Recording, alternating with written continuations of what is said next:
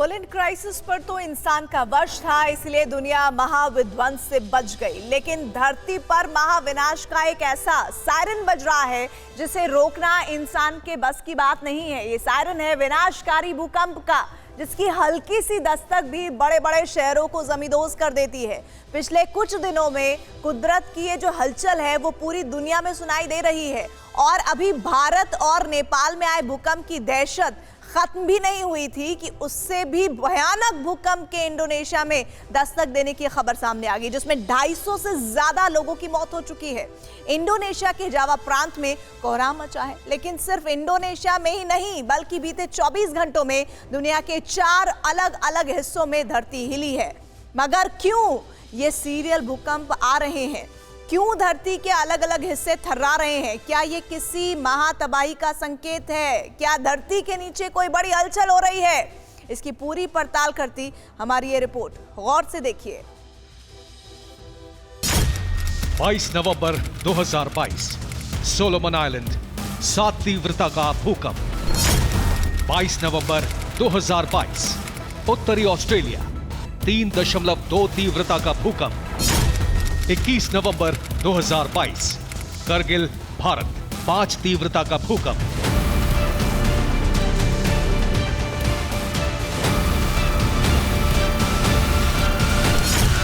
इक्कीस नवंबर 2022 जावा प्रांत इंडोनेशिया 5.6 तीव्रता का भूकंप। बीते 24 घंटों में दुनिया के अलग अलग इलाकों में आए भूचाल ने सनसनी मचा दी।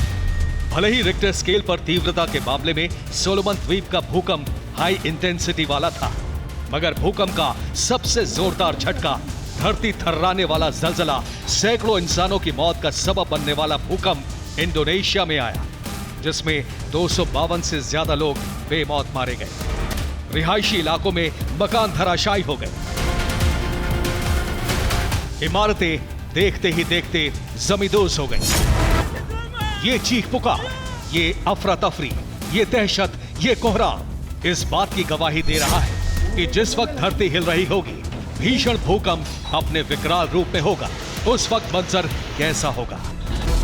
आपको बता दें कि इंडोनेशिया में आए भूकंप का केंद्र सबसे ज्यादा आबादी वाले प्रांत के एक पहाड़ी क्षेत्र में सियानजुर शहर के करीब था। दोपहर के वक्त चंद सेकंड के लिए भूचाल आया और तबाही मचा के चला गया। हैरानी तो इस बात की है कि हाल ही में नेपाल, उत्तराखंड, दिल्ली एनसीआर भी भूकंप के चलते थर्राए थे। इस रीजन में आए भूकंप की तीव्रता भी करीब रिक्टर स्केल पर 5 से ऊपर मापी गई। ऐसे में सवाल खड़ा होता है, आखिर बार बार इंडो पैसिफिक रीजन भूकंप से क्यों थर्रा रहा है? क्यों इस इलाके में सिलसिलेवार ढंग से भूचाल आ रहा है, और वो भी तबाही मचाने वाला? दरअसल धरती की ऊपरी सतह 7 टेक्टोनिक प्लेट से बनी होती है, और जब ये टेक्टोनिक प्लेट आपस में टकराती हैं तो धरती कांप उठती है। प्रचंड भूकंप आता है, जिसे कुदरत का कहर बताया जाता है। बता दें कि रिक्टर स्केल पर 5 तीव्रता वाला भूकंप भारी तबाही लाने वाला होता है, यानी ऐसा जलजला जिससे इंसानी बस्तियां बर्बाद हो जाएं।